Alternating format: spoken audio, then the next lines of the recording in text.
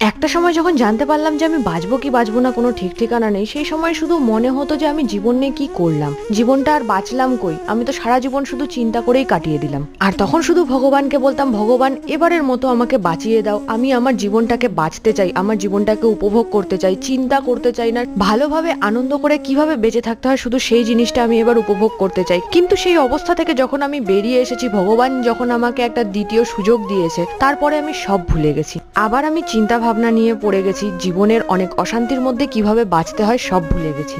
কিন্তু জীবনের তো এখনো কোনো ঠিক ঠিকানা নেই, আমি তো জানি না কবে মারা যাব, 10 দিন পরে, 10 বছর পরে, না 100 বছর পরে। তাহলে ফালতু চিন্তা করে জীবনটা শেষ করে দেওয়ার মানেটা কি? যা আমার হাতে নেই তা নিয়ে ভেবে কি হবে? চিন্তা চিতা সমান, এই জিনিসটা আমাকে বুঝতে হবে, আর জীবনটাকে বাঁচতে আর উপভোগ করতে শিখতে হবে। আর কারোর জন্য না হলেও অন্তত নিজের জন্য, কারণ আমি যদি নিজে ভালো থাকি, খুশি থাকি, তাহলেই আমি আমার কাছের মানুষগুলোকে ভালো আর খুশি রাখতে পারবো।